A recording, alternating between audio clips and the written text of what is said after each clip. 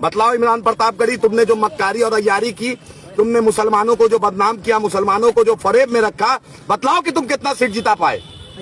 तुमने महागठबंधन की वकालत की, बतलाओ कौन डिप्टी सीएम बन रहा है, बतलाओ तुमने मुसलमानों की हिस्सेदारी कहां दिलवा पाए। आज एमआईएम सबसे ज्यादा मुसलमान एमएलए अगर जीत के आया तो सबसे ज्यादा एमआईएम से जीत के आया। तुमने यहाँ पर आके मक्कारी की, और ये आज लोग जितने परेशान हैं इसका तुम्हें जवाब देना पड़ेगा इमरान, तुम्हें जवाब देना पड़ेगा, याद रखना। मेरे लोगों को धमकी कोई मत देगा, मैं धमकी का इलाज करना जानता हूँ।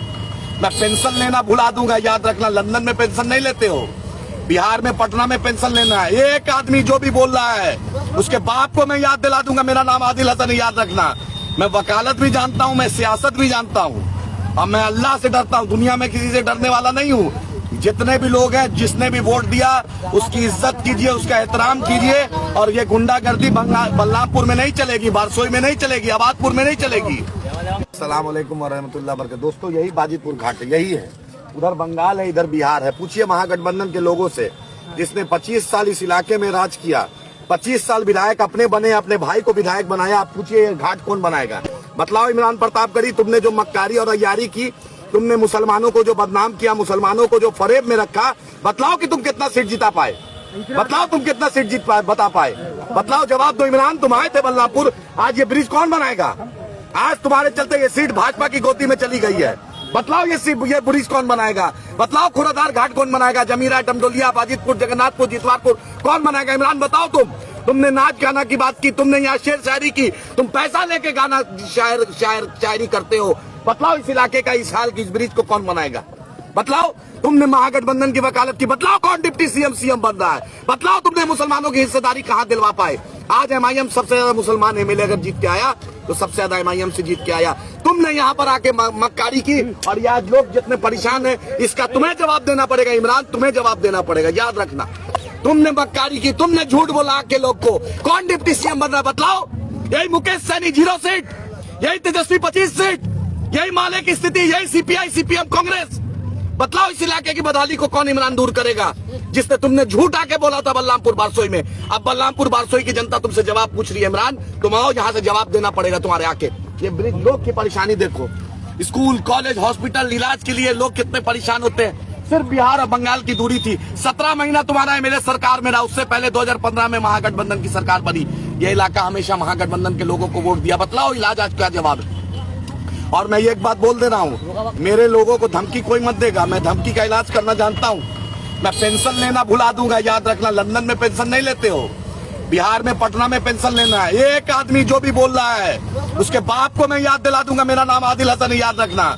मैं वकालत भी जानता हूँ, मैं सियासत भी जानता हूँ, और मैं अल्लाह से डरता हूँ, दुनिया में किसी से डरने वाला नहीं हूँ। जितने भी लोग हैं, जिसने भी वोट दिया उसकी इज्जत कीजिए, उसका एहतराम कीजिए, और ये गुंडागर्दी बलरामपुर में नहीं चलेगी, बारसोई में नहीं चलेगी, आबादपुर में नहीं चलेगी।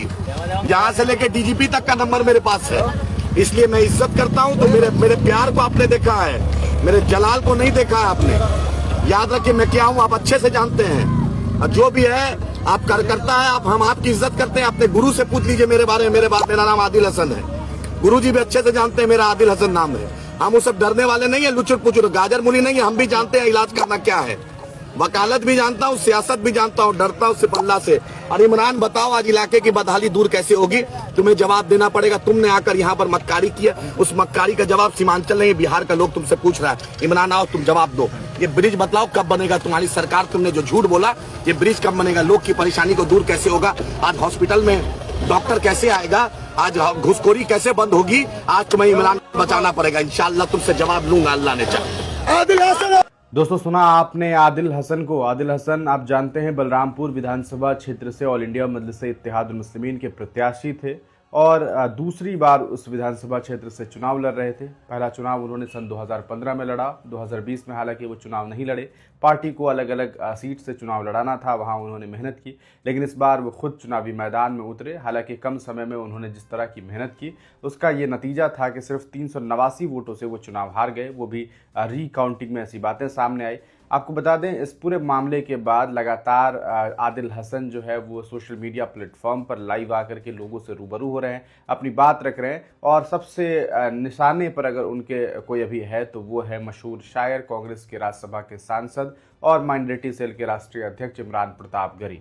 आपको बता दें, इमरान प्रताप गरी जब बलरामपुर विधानसभा में प्रचार प्रसार के लिए पहुंचे थे तो उस वक्त वहां वो कॉमरेड महबूब आलम के लिए प्रचार प्रसार करने के दरमियान कहते हैं कि हम एक डिप्टी सीएम मुसलमान भी बनाएंगे और हो सकता है कि वो डिप्टी सीएम जो है महबूब साहब हो। यानी कि वहाँ के लोगों के दिल में ये बात डालने का प्रयास किया गया कि मुकेश सहनी डिप्टी सीएम होंगे, एक डिप्टी सीएम महबूब साहब भी हो सकते हैं, और इसके साथ वहाँ के लोगों का वोट जो है महबूब की तरफ मोड़ने का प्रयास किया। ये बात कहीं ना कहीं आदिल हसन कहना चाहते हैं। आदिल हसन अब लोगों के बीच जा करके उन समस्याओं को रिकॉर्ड कर रहे हैं और लोगों के साथ मिलकर के उन समस्याओं को सोशल मीडिया तक साझा कर रहे हैं, और ये कह रहे हैं कि बताओ इमरान, अब क्या करना है?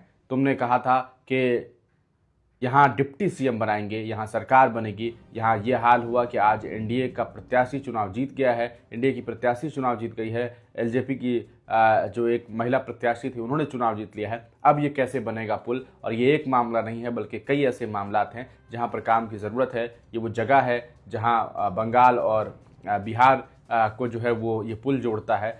आखिरकार ये जो कुछ हुआ है इस पर इमरान प्रताप गरी कब जवाब देंगे, इस जवाब को तलब कर रहे हैं आदिल हसन। आदिल हसन एआईएमआईएम के बेहद चर्चित नेता हैं, स्पोक पर्सन हैं, नेशनल स्पोक पर्सन हैं, बिहार के युवा प्रदेश अध्यक्ष हैं, और बताया जाता है कि बिहार का अगर कोई सबसे करीबी असदुद्दीन ओवैसी का है तो वो आदिल हसन है। आदिल हसन ओवैसी के चहेते नेता हैं, और आज आदिल हसन ने जो बहुत करीब में जाकर के नाकामयाबी हासिल की है उसके बाद वो और आक्रोशित हैं, और उन्होंने उन तमाम लोगों को भी कहीं ना कहीं चेतावनी दी है जो लोग उनके वोटर्स को धमकियां दे रहे हैं। वो ये कह रहे हैं कि आदिल सिर्फ और सिर्फ ऐसा नहीं है कि वकालत ही जानता है, बल्कि मैं वकालत भी जानता हूँ, सियासत भी जानता हूँ, और इसका सही इस्तेमाल करना भी जानता हूँ। आदिल हसन की इन बातों पर आप क्या सोचते हैं? कमेंट सेक्शन में अपनी राय ज़रूर लिखिएगा।